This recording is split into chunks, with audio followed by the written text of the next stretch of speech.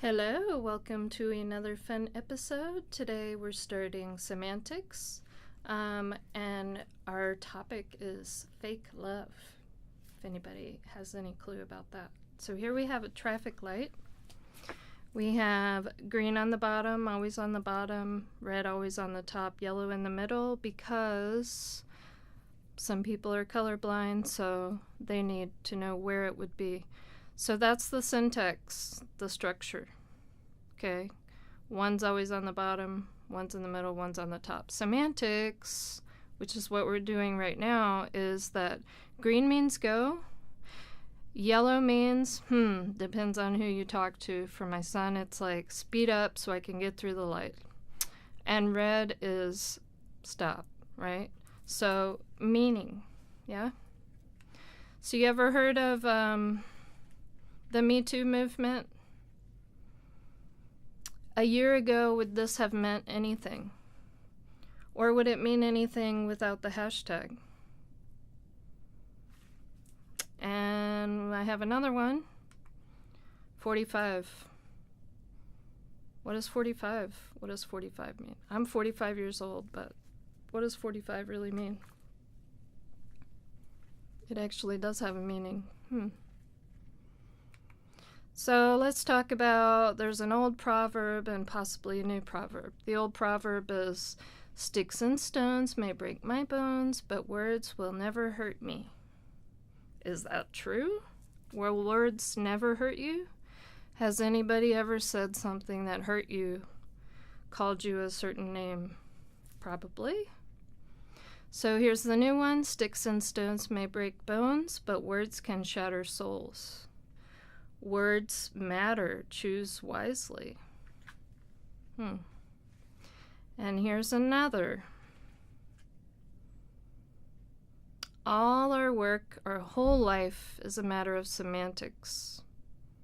Because words are the tools with which we work.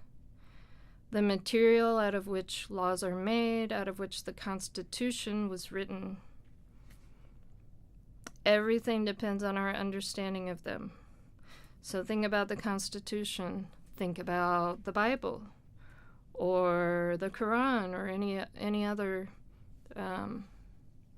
religious book. Words, we use words every day, right?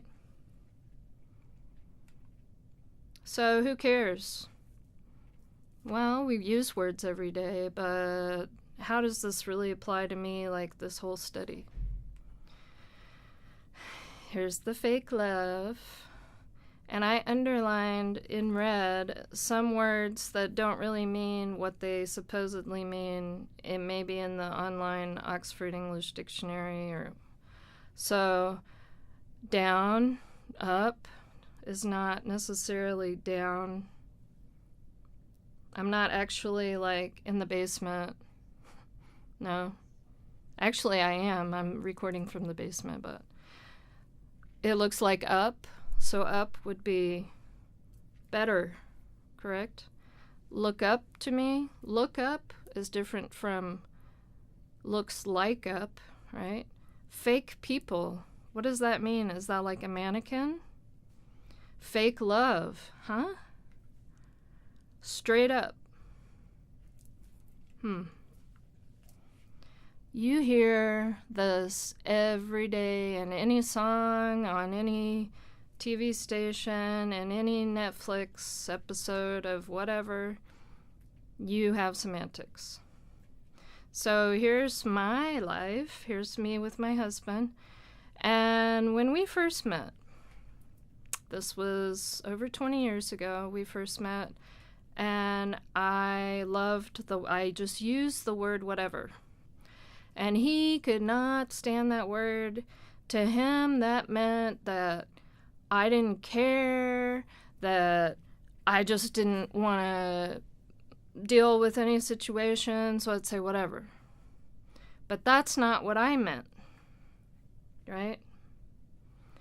Stupid. These are 3 words that we've had lots of issues with. Stupid. For him, in Spanish, stupid has a very strong negative connotation. So the way that we use it in English, we use it very often, but in Spanish, you don't. So for him, even that it carries that same connotation, even though he's speaking in English, because that's one word that just sticks with him that he does not like to use. And then there's gordita, which means pretty much like little fat girl. It is a term of endearment. However, I didn't take it that way. I think he said that once to me, and that was it. Yeah. Because calling somebody a fatty in English is not nice. You don't say that, right? It's a word. It's just a word. Does it hurt you?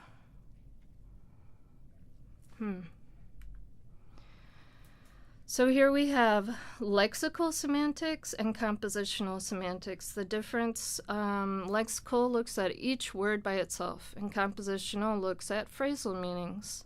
So here, if I say inside, the blinds were drawn, but the furniture was real.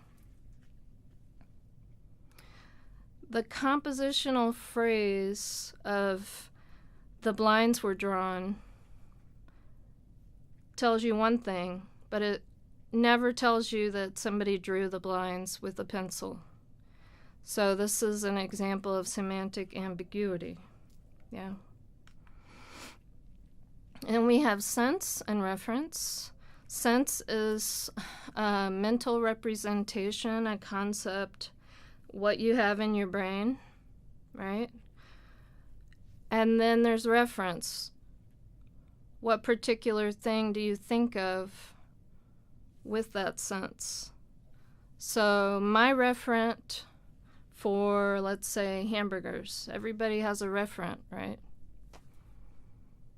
Or my referent for a unicorn. Well, unicorns don't exist. Don't tell my daughter. But we still have a referent. Dragons, right? And the reason why I have the cats here, when I think of a cat, anytime anybody says cat, I think of Cammy. He was my baby. Yeah, everybody probably has a different reference, but the main sense is generally very common among speakers of the same language, right? So maybe you guys thought of one of these cats in your mind as a reference for that sense. Let's talk about lecturing. That's so fun. What is a lecture? What do you think of when you say lecture? What image do you have in your brain? What's a lecture for? Why do we have a lecture? Would that be prescriptively correct to say, for what is a lecture? That sounds so weird. Okay. So here I'm focusing on dictionary-style definitions, mental image definitions, and usage-based definitions. So when I say, what is a lecture? Dictionary-style definition. What's the definition? Yeah? Then when I say, what do you think of when I say lecture? What's your image? What image do you have? That's the mental image definition. It's probably something like this. And not an online lecture from Anne. But, and then we all also have a prototype, which is like our default mental image. So if I say professor, you're going to have a default image in your head of a professor, and it's probably not going to be me. Okay, so dictionary style mental image, and then usage-based definitions. What's a lecture for? A lecture is used for da-da-da-da, okay? So you have those three. So let's go back to the fake love.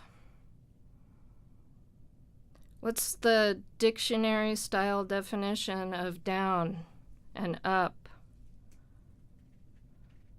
fake and people, and if we put them together? Fake and love and put them together. And straight up. So that's dictionary style. Then what image do you have in your head? And what is it used for? And would this be lexical or compositional?